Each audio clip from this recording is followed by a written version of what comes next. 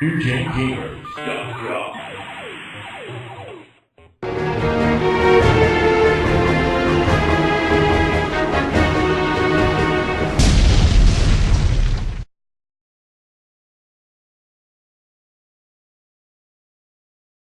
This game comes with an adults-only marking, so children, close your eyes. This would be rated T for teen nowadays. Yes, this would be considered a typical afternoon on MTV. Yes. Honestly. But it was brought to us by Vivid Entertainment, the makers of hardcore porn.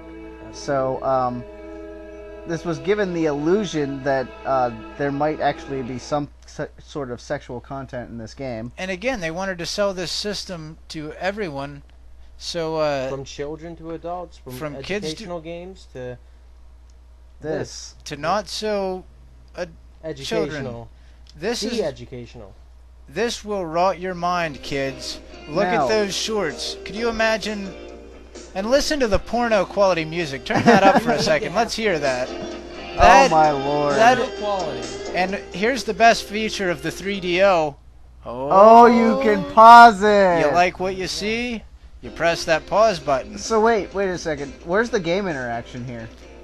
That's the thing with these interactive titles. There really was no interactivity. Oh, really? You can pause it. Okay. And that's it. And you can watch it. So basically this was just beat off Father? Basically.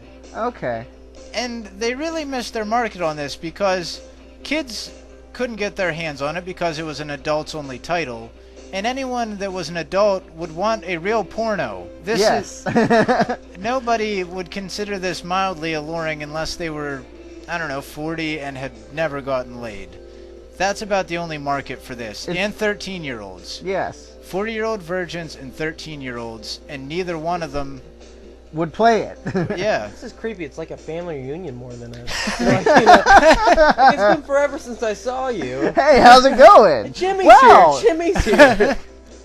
Look how he's grown. There's nothing sexual about this. It's like vacationing on the beach. And the title of this is Supermodels Go Wild. Go Wild. And they're not going that They're not even going wild. We've seen Girls Gone Wild more than this. Yeah, this is not wild. These are very tame supermodels. I've seen better on any television program and many G-rated movies. Absolutely. Look at, I got a little snatch shot there, but that's about it. Can you rewind? No. Well, what's the point? Yes, we can. Oh, we can. Pause it then. All right. Once again, interacting. We're trying to interact. There were other games released like this that we will not be showing you today. Yes, that did have actual nudity and interaction. You could take pictures. What was the name of that game? Virtual Cameraman. There was a series of them released in creepy Japan, where they like to take pictures of girls in schoolgirl outfits. So there was that stuff out there too, but these American releases really weren't anything close to actual pornography. Here's the photo shoot version. This is for the sit and spank audience. Now, if you press the A button, you can switch photos. Oh. One-hand operation. It's actually, good to have the other hand free. Actually, I don't think I'm even affecting it. I think it's just doing it on you its just own. put the controller down and grab your... Look at that one. So, this is...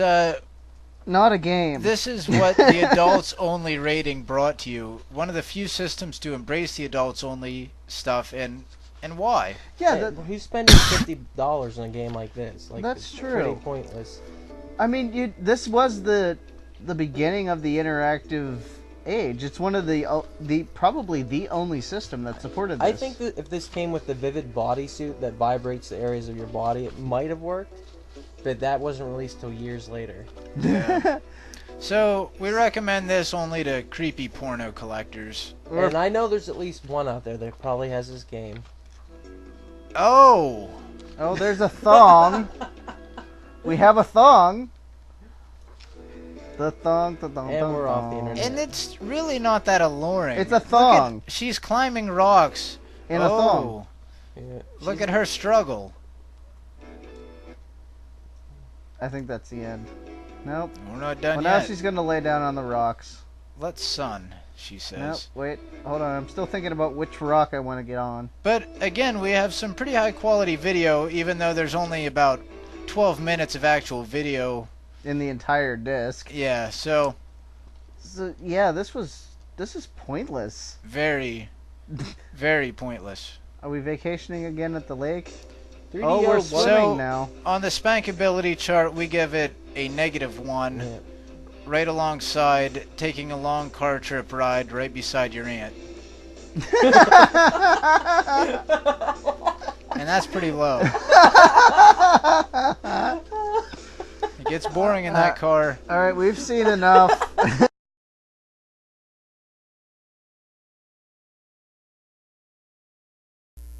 Welcome everybody. We're taking a look at a classic 3DO game here from LucasArts. Probably one of the best Star Wars games at the time. I'm not going to dispute that. I've played Super Star Wars. And we've also played the 32X version of Star Wars Arcade. Which wasn't bad. It's comparable to this. Yeah. But this is definitely a lot more powerful and a lot deeper. Well, they also add that extra Star Wars feel to it with the intro and the very pixelated movie scenes. Yes. This was pre-special edition, I suppose. Yes, it was. And that's an important thing to mention because this is when Star Wars was kind of in a lull and kind of becoming archaic, and this is one of the things that was helping bring the series back and keeping the fans into it was Stuff like this from LucasArts. a quality game. Unfortunately, it was on the system no one owned. Yeah, unfortunately. But it is a good game, so go ahead and hop into it, Ray. Show us how a Jedi does it. So let's enter a passcode and skip ahead. Alright. We wanted to show you a much later level in this game. And those of you that have watched Evil Dead would know where they're referencing here. The infamous magic words that Ash had to say to get the book. For the Necronomicon. And what were those magic words, Ray? Klaatu Barata Niktu. Or Nikto. Necktie. Nickel? We're starting our approach. Nice music in this, too. Yeah, they did a really good job with the music. Probably everything Skywalker sound. Now, we saw that this uses a passcode system. There was internal memory in the 3DO, but it was very, very, very limited. And that's one thing that really hinders the system, is you can only have a couple of saves on it. And once those are gone, or once those are filled up, you're out of room. There was a memory card released in Japan, but it never came to America. So I'm not sure if the Japanese one will run in American systems or not. But if it can, I don't think they're region locked, to be honest. probably with you. not. So for a collector, that may be worth picking up.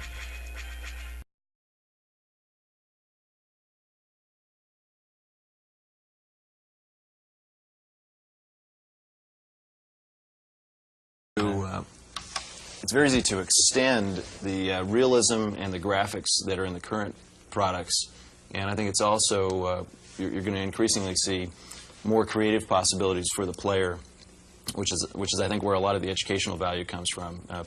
Being able to create your own pinball game is one example. We've extended that with Music Construction Set to a product that is about music, and of course there are a lot of people that are really interested in music and interested in having their children learn about music, and it uses a lot of the ideas that Bill pioneered with the pinball construction set. And I think that the area where the greatest challenges will come is in looking for original ideas and new creative ways to break the mold. I mean, a lot of people look at what other people have done and try to do something that's a spin-off from that, but the really creative geniuses in the industry are capable of coming up with something completely new. To the New Gen Gamers.